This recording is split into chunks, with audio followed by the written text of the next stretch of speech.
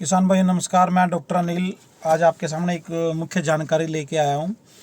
जैसा कि आप सभी को पता है कि हमारे अभी हरियाणा में हर एक गांव में लगभग और हर घर में सभी को एक करंट सा महसूस हो रहा है।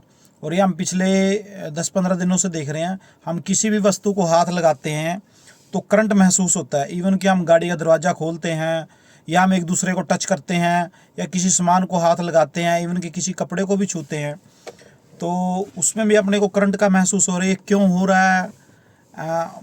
और अभी हमारे कई रिश्तेदारों का भी फ़ोन आया था कि भी किसी भी चीज़ को हम छूते हैं तो करंट का अनुभव होता है।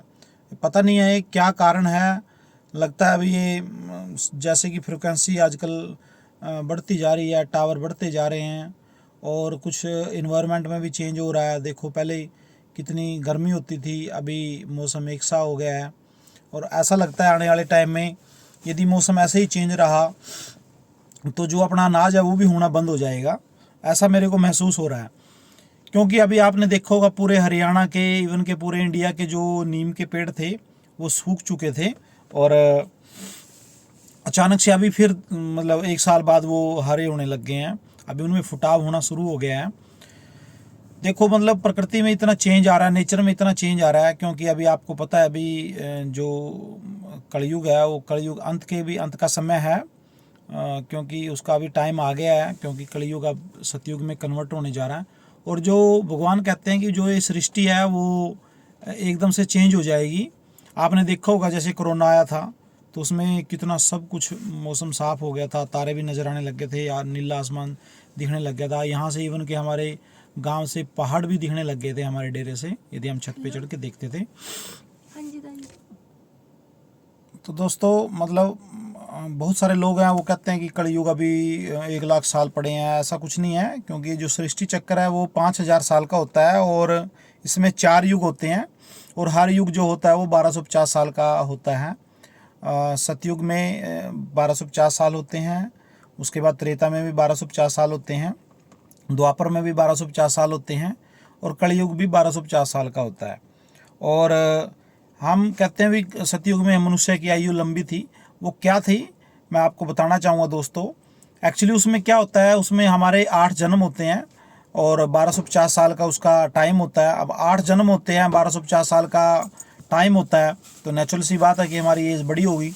और जब त्रेता युग आता है तो हमारे 20 जन्म हो जाते हैं, नहीं 12 जन्म हो जाते हैं, तो हमारी उम्र थोड़ी घट जाती है।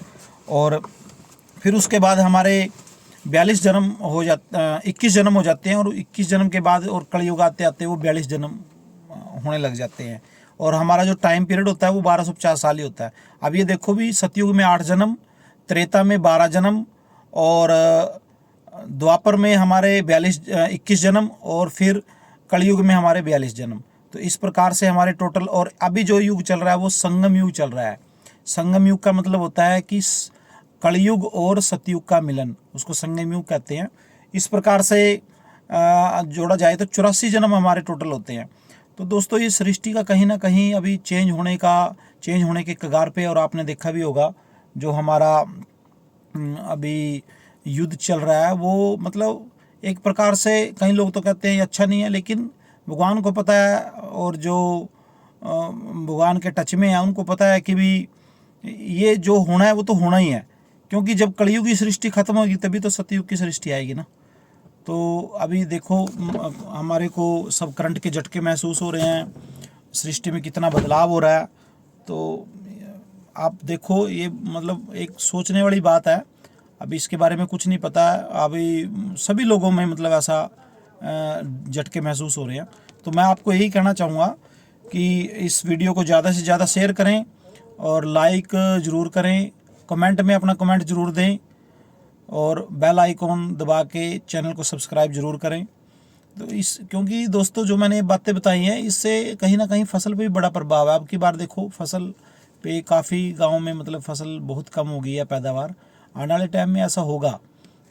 आपने देखा होगा अभी पिछले 2 साल पहले कि भी बोने पौधे आने लग गए थे, ये भी एक प्रकार का वायरस है। तो ऐसे ही संसार में जो नेचर के अपनी प्रकृति के 5 तत्व है वो तांडव मचाएंगे। और अभी तो कुछ भी नहीं हुआ। अभी तो देखो बाढ़, हवा, भूकंप भी आने स्टार्ट हो गए हैं, बहुत सारे देशों में डेली भूकंप आ रहे हैं।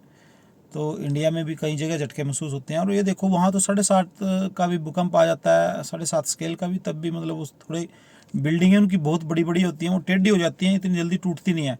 और हमारे यहाँ तो दिल्ली जैसे शहर में यदि 7.5 का भूकंप आ जाए तो वो सारी बिल्डिंगें एकदम से साफ़ हो जाएंगी, क्योंकि हमारी तो इतनी एडवांस टेक्नोलॉजी नहीं है। तो दोस्तों मेरा कहना यही है कि इस वीडियो को ज़्यादा से ज़्यादा शेयर करें। Thank you so much. नई जानकारी के साथ फिर मैं आपसे मिलता रहूँगा।